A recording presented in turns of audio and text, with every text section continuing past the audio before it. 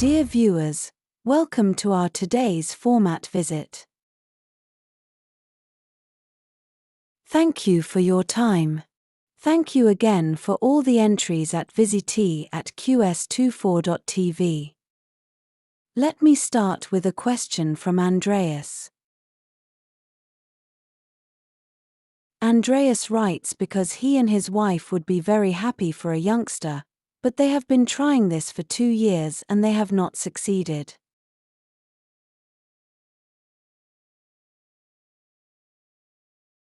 The spermogram of the urologist has shown that this is an azoospermia. This means that the body either does not produce enough sperm itself or that the exit is blocked from the testicles.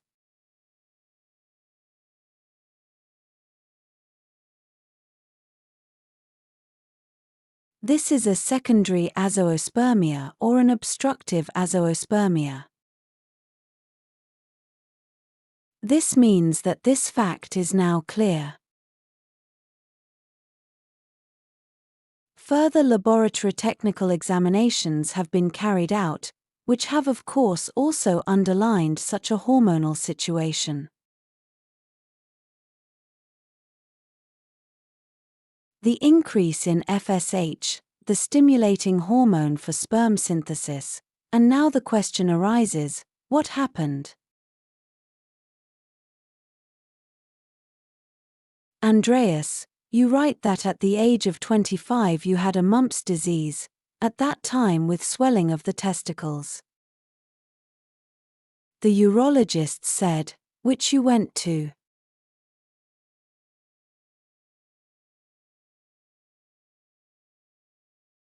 That some were aware of it, others actually did not consider this situation sufficient. Today this is the state for you. Even today, everything is in a normal size, in a normal volume. There are no more chronic inflammatory processes. The human is actually the only one who can offer a reservoir to these pathogens for mumps. We don't see that very often with small children today. I haven't seen any mumps or kids myself. Of course, we vaccinate with the active vaccination on mumps, measles, rubella. But this mumps virus was cured so far back then. And that is perhaps a fact for me, but maybe doesn't have to explain everything. They have now suggested a TSE. This means that you open the testicles and then look in the entire testicle tissue for sperm.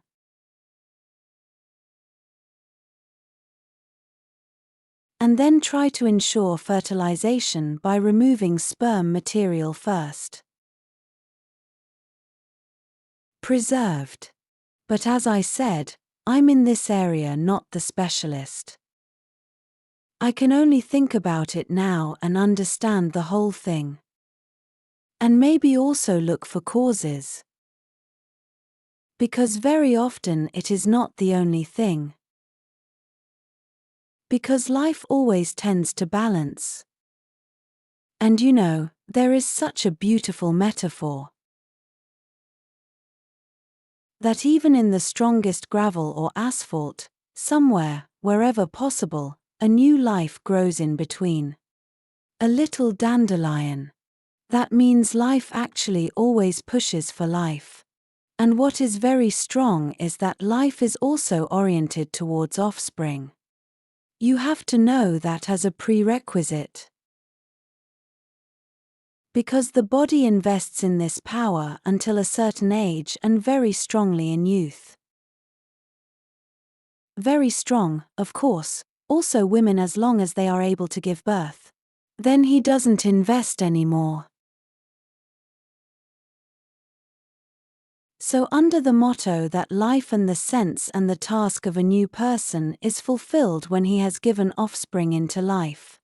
And that's not a momentary assumption.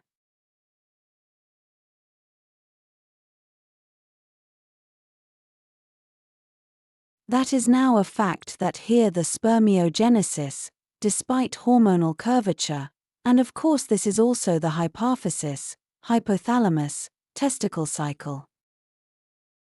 It also has to be included in the diagnosis. And maybe to look at the many things that are outside of this problem. And I know how much it will put you under tension, under pressure. And you are looking for solutions. What we know today is, and if you talk to a complementary physician, he will first examine you according to a high percentage. What is your toxic burden and what is your detoxification capacity?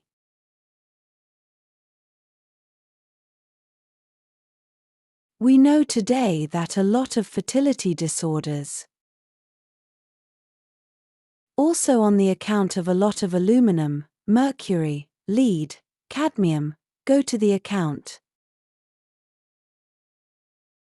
The many xenohormones, which also have an impact on our hormone metabolism, also have a great influence.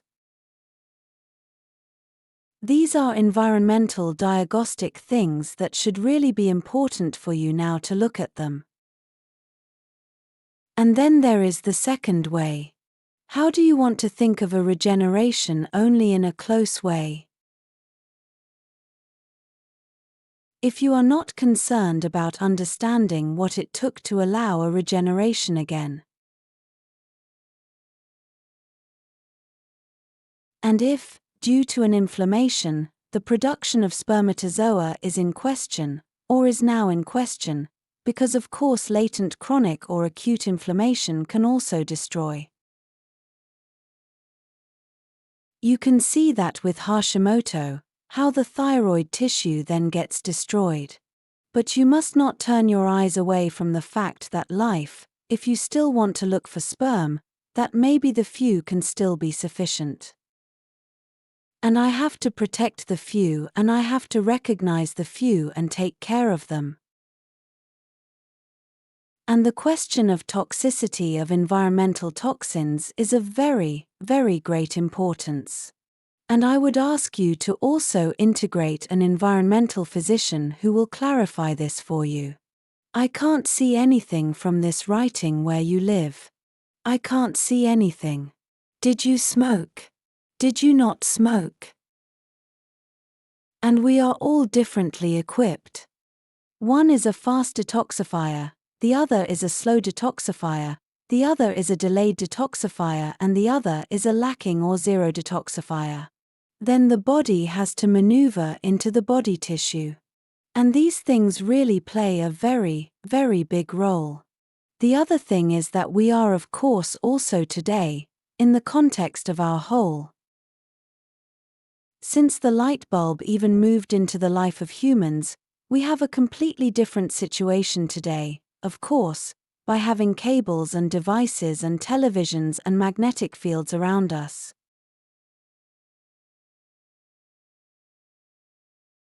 It has become such a dense fog, and we are saying today that these electromagnetic fields are 100 to 200 million times higher and have an intense impact on our health than 100 years ago. This is a fact. And just not to hear and not to see and just to believe and to think does not help at all now. So then you have to assume that we are also, and especially if you Google the Diagnose Funk website.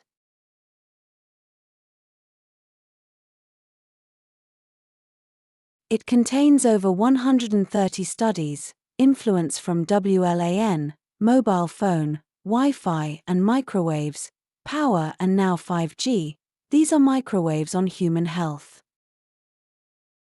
And a system that was perhaps massively weakened by an infection is not strengthened if the mobile phone stays in the pocket. And if I look at the situation of studies alone at the moment, and we have made incredible observations, we have done research, and we know about the seriousness of things, but we must not expect that there will be any consent from the other side, that monopolies are well distributed.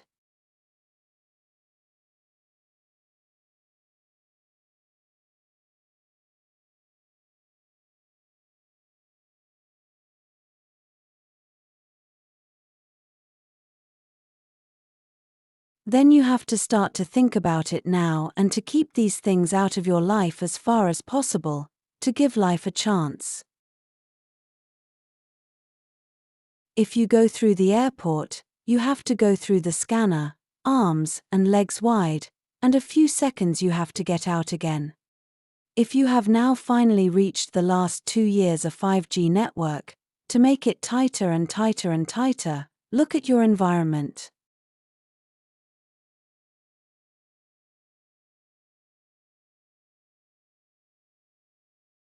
Get all the necessary information on diagnosefunk and what you can do in this direction.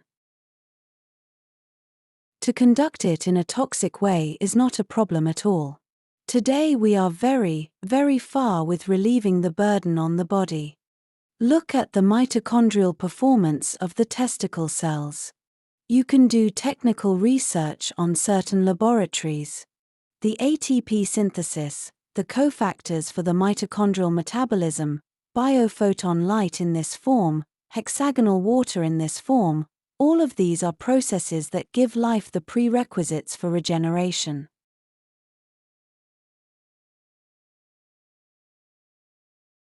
I don't want to develop prognostic things from these short notes.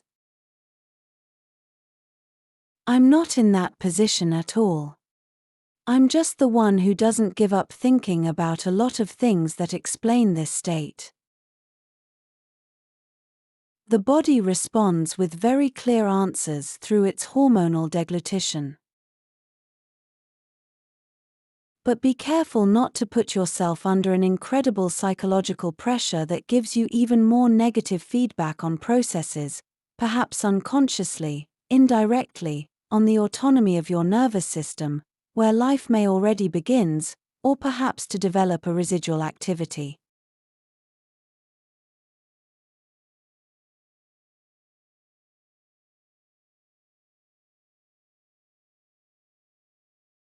I don't know if I would find this TSE possibility so incredibly good.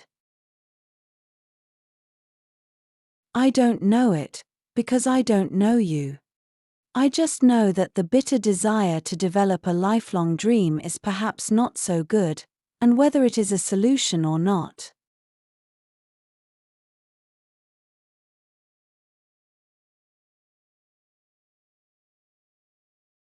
I would have to consider other options and consciously check them to see what I can do. What happened in my organism without me knowing it?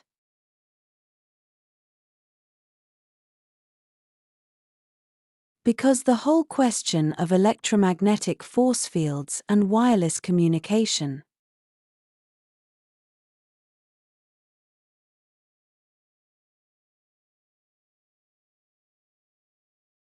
which is a case that has been in the background of many childless marriages for a long time.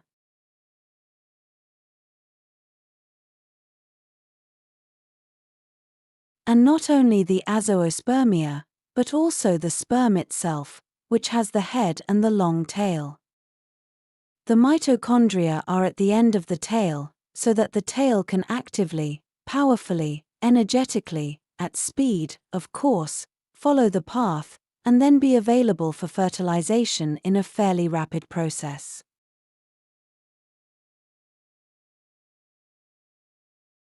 And even there, today, the destruction of mitochondrial performance, of course, leads to a missing positive fertilization act, because sperms are no longer able to follow this path.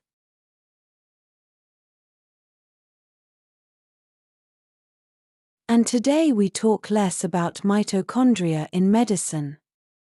This is actually not just a topic somewhere, and I couldn't stop counting everything that concerns mitochondrial damage, what has a reduced cellular energy performance for consequences, and of course for a total event, then expression is.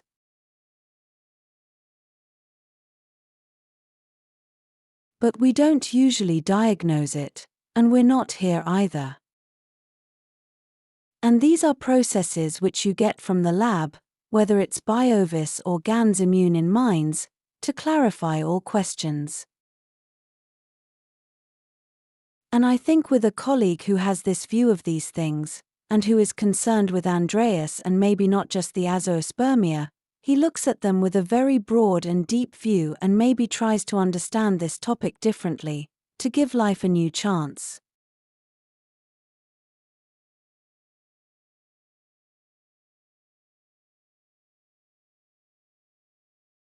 From this hope, I would ask you not to doubt yourself for so long as you haven't really done everything to give life a chance.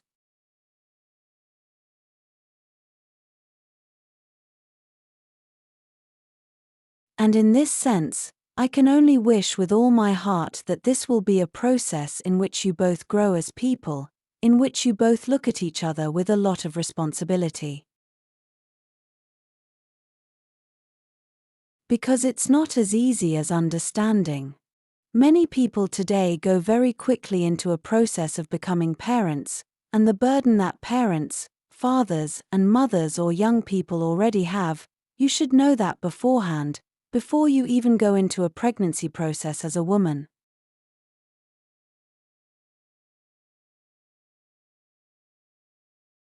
You should clarify these things for yourself. That's responsible, because a mother also transfers a lot of toxic material for 9 months. And we know today that no child will be born without burden. That's where we stand today. And of course, this has now forced a very, very strong process. But I wouldn't want to go back just because a mumps orchid has taken place. That doesn't mean that not many other things are also responsible for this. That this is the fact today. And don't feel that it's a Damocles sword that's over you, but take it as an opportunity to question things, to look deeper.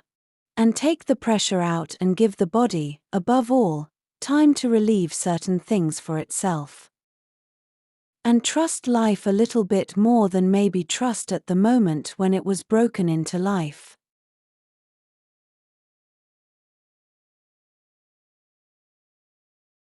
That would be my advice.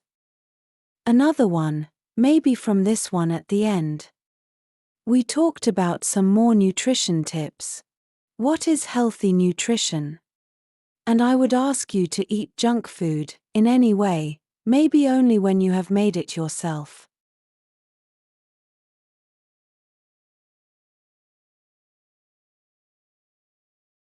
You will notice that when you make your own French fries, it's not that difficult at all. But it's more honest. And everything we're talking about today about fast food and junk food are of course things that the industry has completely taken in its hands. From the first moment, from washing, from peeling, to mincing, to frying. And recently, everything is still being mechanically cleaned. There is nothing left that people take in their own hands. And in the end, it's so tasty and great and interesting and fast to have, that we of course completely ignore that in these fried things, whether it's the mayonnaise or the ketchup, that then of course accumulate in negative things. But even the incredible trans fats, which then also arise in any hardening, these are glycerine, ester-containing fatty acids, have a high toxic effect on our entire fatty acid pattern.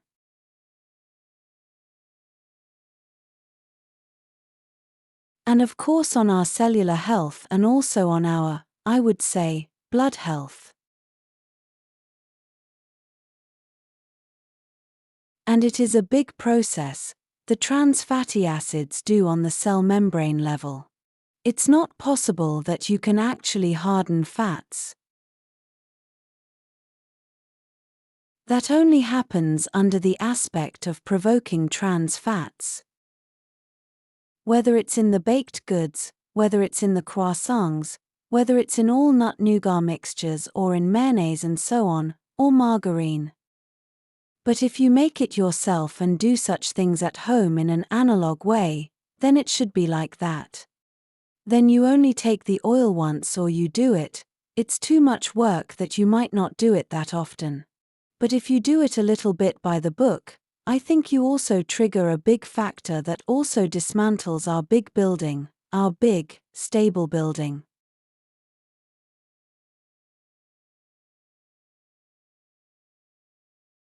The dose makes the poison. And in huge times of hunger, and you don't have a chance on the highway for a long time, then the world doesn't go down at all, if you get a bag of chips like that. But those are perhaps the huge, huge exceptions. That would be my advice. If you want to stay healthy, then you should also talk about the things that are so unnoticed that don't do us any good.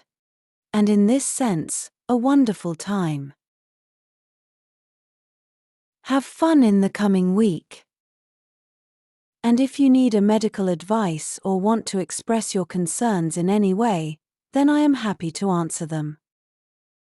Please send them to Visite at QS24.TV. And I look forward to the next program. And until then, all the best to you.